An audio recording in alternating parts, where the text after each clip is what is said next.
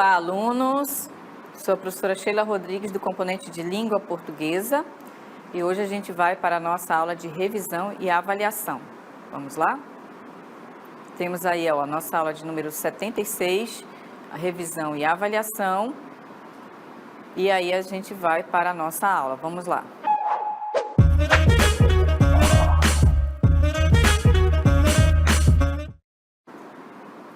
Muito bem, turma. Então, hoje nós vamos fazer a revisão de alguns assuntos que vocês já estudaram durante a quarta unidade, tá bom? Então, a gente vai ter essa oportunidade de rever esses assuntos e aí, no momento da interatividade, vocês podem perguntar, tá bom? Alguma dúvida que vocês ainda tenham, tá certo? Então, vamos revisar o assunto que a gente estudou sobre o tema e assunto, né? Que são os elementos constituintes do texto dissertativo. Então, o que é o assunto? O que vem ser o assunto de um texto, de uma redação, né? Então, gente, o assunto de uma redação, ele é amplo. O que significa essa amplitude? É que ele pega um aspecto muito maior, né, daquilo que está sendo tratado. E aí, esse assunto, ele pode ser desdobrado em vários temas. Então, você pega o assunto e aí você pode falar de vários temas que estão relacionados a esse assunto. Agora, o tema ele diz respeito ao recorte do assunto. Então, você vai pegar uma parte apenas desse assunto e aí você vai escrever sobre, né? Então, você vai fazer uma delimitação desse assunto que você se propõe a escrever sobre, né? Com todos os argumentos, com todas as informações a respeito, não é, desse assunto, ok?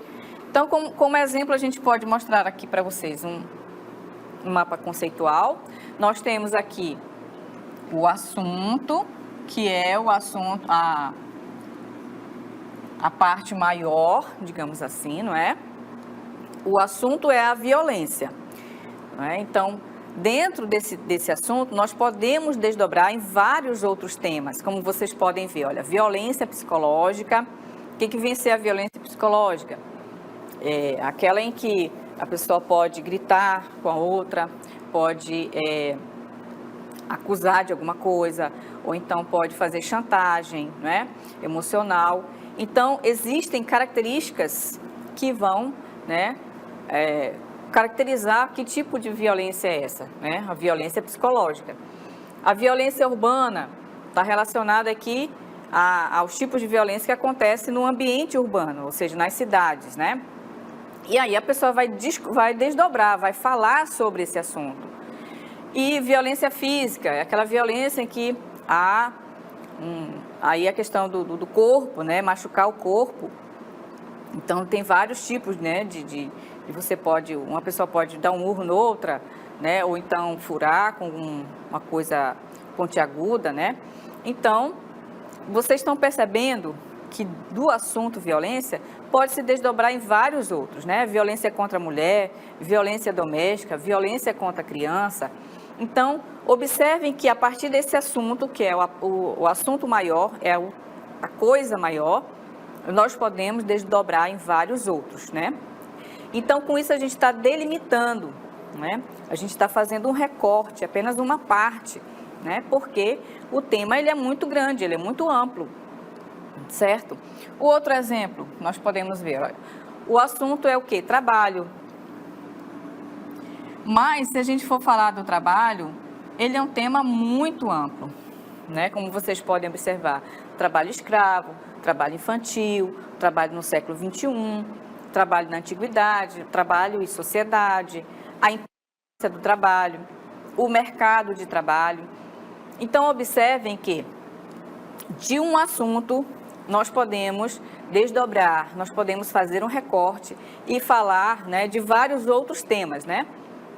Como você pode ver, trabalho escravo é um tema, né? Está aqui o assunto, que é a palavra trabalho, e o escravo, que é o tema que você vai discutir, né? Que você vai ter que escrever sobre. Então, você vai ter que fazer a pesquisa, ver em que tempo da história, né, que havia muito trabalho escravo. Daí a gente pode fazer um traço aqui para trazer para a nossa realidade. Será que ainda existe trabalho escravo? De que maneira isso ocorre? De que maneira acontece? Não é? Então, como vocês podem observar, o assunto ele é amplo, mas nós podemos fazer uma delimitação, um recorte, né? Diminuir esse assunto em outros temas, como vocês podem ver, ok? Quando a gente está tratando de texto, de tema e assunto, geralmente a gente tem ali uma estrutura, né, para escrever um texto dissertativo ou um texto argumentativo, né?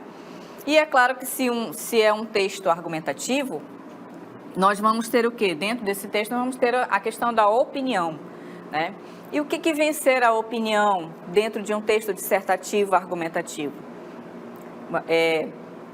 Conforme aqui o dicionário, né, que eu tirei as informações, a opinião seria o quê? A maneira de pensar, de ver, de fazer um julgamento sobre um determinado assunto, não é?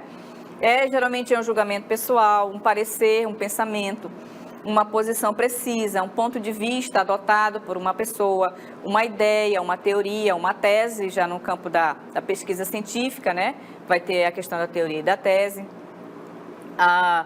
Um parecer, um julgamento emitido após uma determinada reflexão que a pessoa pode fazer, ou uma deliberação, um voto, um partido, ou pode ser também o quê? Uma hipótese, uma ideia não verificada ou sem fundamento, né? Uma presunção. Então, a opinião é um julgamento, é um ponto de vista que a pessoa, né, se propõe a defender. Ela vai defender com argumentos. E o que vem ser o fato? O fato é uma coisa, uma ação ou uma coisa feita, ocorrida em um processo de realização. Então, o fato é aquilo que ocorre na realidade, né? Digamos que ela é o quê? Uma verdade. Porque diante de um fato não há contestação, né? A verdade vai estar posta ali naquele ocorrido, não é? Então, essas informações eu trouxe do dicionário eletrônico chamado RUAS, tá? Da língua portuguesa. E aí o fato, ele é o quê? Um acontecimento, uma ocorrência, aquilo que acontece em decorrência de eventos exteriores ou naturais que impedem da vontade humana, que independem da vontade humana. É um acontecido, um acontecimento, uma ocorrência, algo cuja existência é inquestionável, é a própria realidade. Então, diante dos fatos, né, não há argumento. Por quê? Não há contra-argumento? Porque é algo inquestionável, aquilo ocorreu, né? Tem como se provar que aquilo ocorreu, né? Então, são o que acontece muito nas notícias, né? Então, as notícias elas estão recheadas de fatos. É claro que, dependendo desse fato, nós, como leitores, a gente tem que ir atrás da fonte dessa informação, se ela é verdadeira, se ela realmente é real, tá? Para poder considerarmos isso como uma verdade, ok? E a opinião aqui com o conceito do RUAS, do dicionário, a opinião é o quê? Um ponto de vista, né, a respeito de um fato. Ela não é, portanto, um fato. Ela é apenas o quê? Uma opinião, um ponto de vista. Um julgamento pessoal, né, de um pensamento em relação a algo. Então, a pessoa, claro, no momento que ela vai opinar, ela precisa ter conhecimento a respeito daquilo que ela está opinando, né? Então, é uma maneira da pessoa pensar sobre um determinado assunto, um determinado tema. Então, aqui como exemplo para vocês, nós temos a seguinte frase. A médica prescreveu um remédio para o paciente. Ok, isso aqui é uma informação, né, de o paciente foi ali, estava doente, foi ao médico, o médico, ele prescreveu o quê? Um remédio, né, para uma determinada doença. Ok, aqui você observa que não tem opinião, é uma informação clara e objetiva, né, que o médico está passando, receitando esse remédio para esse paciente. Então, aqui a gente observa que não tem nenhum tipo de opinião, né? Existe aí um fato, né? Agora, no segundo exemplo, olha, a médica prescreveu um remédio muito caro para o paciente. Observe que aqui tem duas palavrinhas que vão fazer toda a diferença, né, no contexto dessa frase. Então, no momento em que a pessoa diz que esse remédio é muito caro, observem aqui, isso é o ponto de vista dele em relação ao preço desse remédio, né? Ele está opinando, dizendo que esse remédio é caro para aquele paciente, né? Então, isso aqui é uma opinião da pessoa que está falando essa frase, né? Então, aqui a gente nota que não é um fato, é uma opinião, porque ele está usando, inclusive, um advérbio aqui, né? Um advérbio de intensidade que está intensificando a palavra cara aqui, que é o adjetivo, né? Então, geralmente, nos textos opinativos, nas opiniões, geralmente há muita presença do adjetivo, né? De advérbios, porque são essas palavras que elas vão intensificar, né? O valor do substantivo, que no caso aqui é o remédio, não é? Então, a gente tem que estar atento a essas palavras, que justamente são elas que vão caracterizar a questão da opinião, né? O adjetivo ele vai sempre estar muito presente nos textos opinativos, nos textos que estão dando uma determinada opinião, seja nos textos escritos, assim como também no texto falado, né? Porque a gente está falando, a gente está produzindo texto também, né? Texto oral. E o que vem ser a tese? A tese é a parte mais importante de um texto argumentativo. Ela é o posicionamento crítico do autor. Então, se é uma pessoa se propõe a defender um assunto, um tema, ela precisa ter esse texto, esses argumentos, que são eles que vão sustentar a opinião, que vão sustentar o posicionamento que ele está se colocando, certo? Então, a tese é um argumento, é uma defesa que ele vai utilizar para sustentar a sua opinião. É a opinião, ponto de vista, posicionamento crítico. A tese é a parte fundamental para a existência de um texto argumentativo. Não só no texto argumentativo, mas como no discurso também. Um discurso falado, né? Discurso científico, discurso de um médico, discurso de um político, né? Discurso de pessoas que, vão para a tribuna, no caso dos deputados, por exemplo. Eles também utilizam muito o texto argumentativo, né? De forma oral, porque eles têm que defender lá o projeto deles. Eles têm que defender coisas que têm a ver com a população, as necessidades que a população tem. Eles também podem utilizar muito esse texto argumentativo, essa fala, esse discurso argumentativo. Então, o que vem ser o argumento? O que é um argumento? É um processo linguístico que envolve a defesa de uma ideia ou de um ponto de vista por parte de quem argumenta, da pessoa que escreve, do autor, não é? Então, o argumento, ele é uma defesa de ideia, a defesa do seu ponto de vista sobre um determinado tema, ok? Vamos ver outro exemplo aqui. Vamos observar. Em julho, a bomba atômica fez 50 anos. Observe aqui. Em história, talvez vocês ainda não tenham estudado esse assunto, mas vocês ainda vão estudar lá nas aulas de história. A bomba atômica, né? Completou 50 anos. A primeira arma nuclear da história foi testada às 5h29:45 segundos do dia de 6 de julho de 1945, em Alamogordo, Novo México, nos Estados Unidos. Liberou energia equivalente a 18 toneladas de TNT e encheu de alegria cientistas e engenheiros que haviam trabalhado duro durante 3 anos para construir a bomba. Então, observe aqui que ele está falando de forma bem resumida sobre a bomba atômica, que foi a bomba lá de Hiroshima, né, que acabou, Hiroshima e Nagasaki, que acabou destruindo, né, essas duas cidades no Japão na época da Segunda Guerra Mundial. E ele está contando aqui, ó, que essa bomba ela foi testada nesse dia aqui, nesse ano. Ou seja,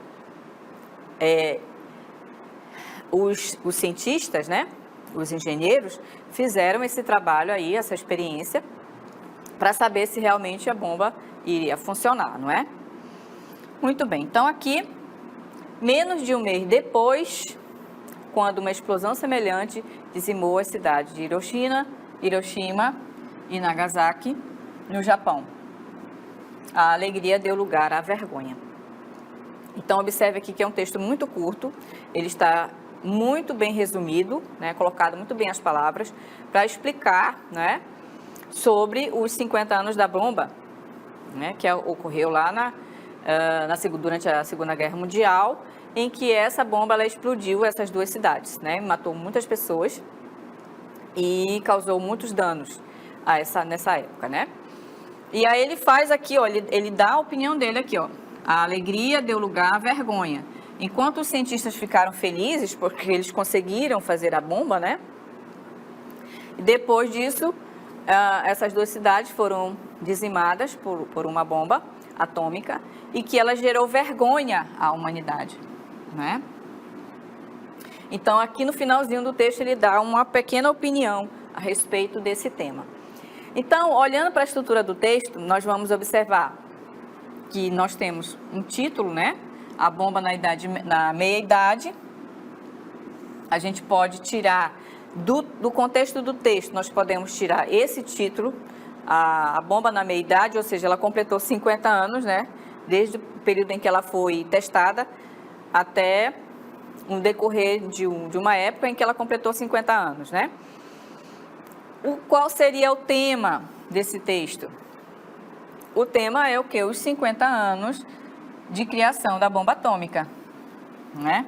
Porque é disso que o texto fala aqui no início, não é? Desde o período em que ela foi testada, ó. Então, 16 de julho de 1945, ela foi testada, então significa que ela deu certo. Então, ela foi inaugurada, ela foi criada, né? Então, o que a gente pode observar dos parágrafos desse texto? Os parágrafos estão divididos em 3, como bem mostra a delimitação do texto, deles no texto. Então, aqui, olha, nós temos o primeiro parágrafo, que vai nessas 4 linhas aqui, não é? Observe que eu tenho ponto seguido bem aqui, ponto parágrafo bem aqui, e depois eu sigo novamente aqui com mais 4 linhas de informação, que no caso seria a parte do desenvolvimento do texto, e no final a conclusão, finalizando aqui o terceiro parágrafo, né, fazendo uma pequena constatação e ao mesmo tempo ele dá a opinião dele aqui na parte final do texto. Então esse texto ele é formado por 3 parágrafos, né? O título a gente pode tirar como uma bomba na meia-idade e o tema, os 50 anos da criação da bomba atômica. Ok? Muito bem. Então, as informações estão no texto de forma explícita e implícita. Sim, as informações elas podem estar de forma explícita quando ela está escrita no texto, né? São aquelas que o autor expressa no próprio texto, ou seja, estão claramente descritas no texto e estão evidentes, precisas, sem duplo sentido. Olha, prestar bastante atenção nessa questão aqui, né? Que inclusive ontem a gente estudou sobre a questão do duplo sentido das frases, né? Que podem gerar o duplo sentido. Então, no texto, um texto informativo, um texto dissertativo, argumentativo ou um texto informativo, tem que ter bastante cuidado em colocar as palavras de forma clara e objetiva para que quem leia entenda a informação que está contida ali naquele texto. Então, as informações explícitas são aquelas que estão escritas no texto. Você não tem que fazer uma inferência, uma interpretação, certo? Já as informações implícitas são aquelas que elas não estão diretamente presentes no texto, ou seja, elas não estão escritas no texto, mas elas podem ser o quê? Subentendidas, inferidas, né? A pessoa precisa fazer aí uma interpretação a partir das pistas que estão no texto, para fazer as inferências. Então, observe que mesmo que a palavra não esteja escrita claramente nesse texto, porém, pode haver outras pistas nesse texto que vão fazer com que você tenha a inferência, que você consiga fazer essa inferência, entende? Então, a mente humana, ela vai observar aí quais são essas informações que estão subentendidas. Elas não estão escritas, mas a partir de outras você pode fazer essa inferência. Então, o que significa fazer uma inferência? Ou seja, é concluir alguma coisa a partir de outra que já se conhece, que é conhecida. Na leitura de textos, fazer inferências é uma habilidade fundamental para a interpretação textual e dos enunciados de maneira adequada. Então, observe que aqui, ó, fazer essas inferências é uma habilidade, né, que a pessoa precisa ter para fazer a interpretação adequada, certo? Tanto da questão do texto completamente ou apenas dos enunciados que estão nesse texto.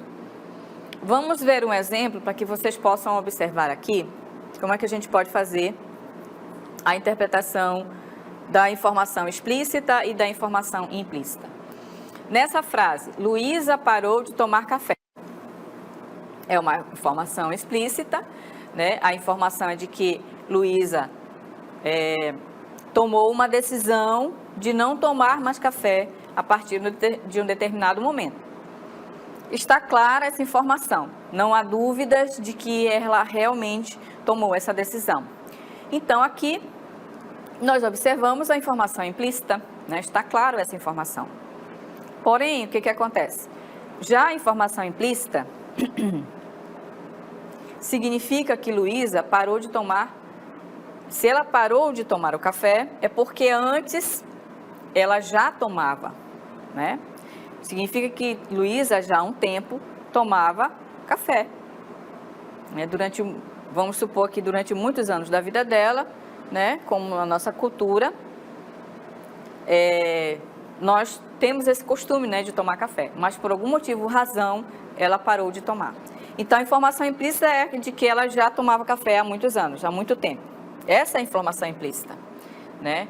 Então, observe que a partir da informação que está explícita, eu posso fazer a inferência para justamente descobrir o que está implícito nessa informação, o que está implícito no que está escrito no texto, ok? Temos mais um exemplo. Aqui, né? O significa que ela tomava café antes, essa informação não está escrita, ela está implícita no texto, pode ser compreendida graças a pistas dadas na frase, pelo uso do verbo parou, né? Indicando que a ação que ela estava em curso acabou. Né? O verbo parar aí como um indicativo, né, da ação que ela tomou a decisão de parar de tomar o café. Temos aqui o texto 2, o disfarce dos bichos. Você já tentou pegar um galinho seco e ele virou um bicho? Abriu as asas e voou? Se isso aconteceu é porque o graveto era o quê? Um inseto conhecido como bicho-pau. Ele é tão parecido com o galinho que pode ser confundido com o graveto. Vejam aí. Existem lagartas que se parecem com raminhos de plantas e há grilos que imitam folhas. Muitos animais ficam com a cor e a forma dos lugares em questão. Eles fazem isso para se defender dos inimigos ou capturar outros bichos que servem de alimento. Esses truques são chamados de mimetismo, né? Na biologia, ele é conhecido como mimetismo, isto é, imitação. Ele imita o lugar onde ele está.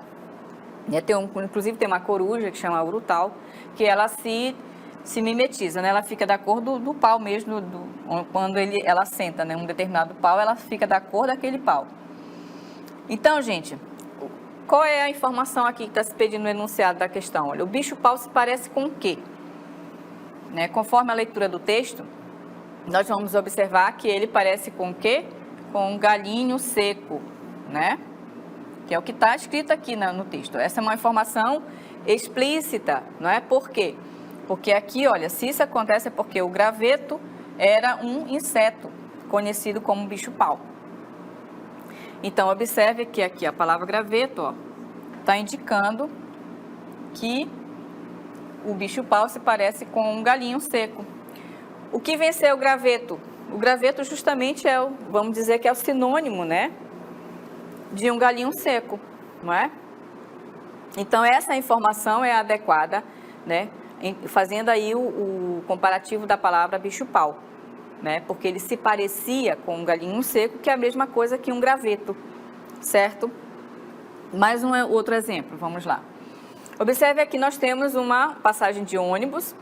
Aqui nós temos uma informação da cidade, né? Do local, para onde vai, de onde sai para onde vai, o nome da pessoa que atendeu, nós temos o número da poltrona, temos o horário que vai sair, ok?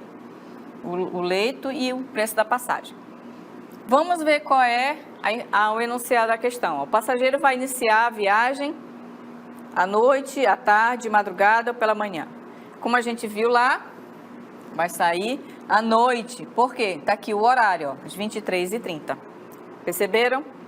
Então, aqui nós temos uma informação a respeito da viagem, do horário da viagem.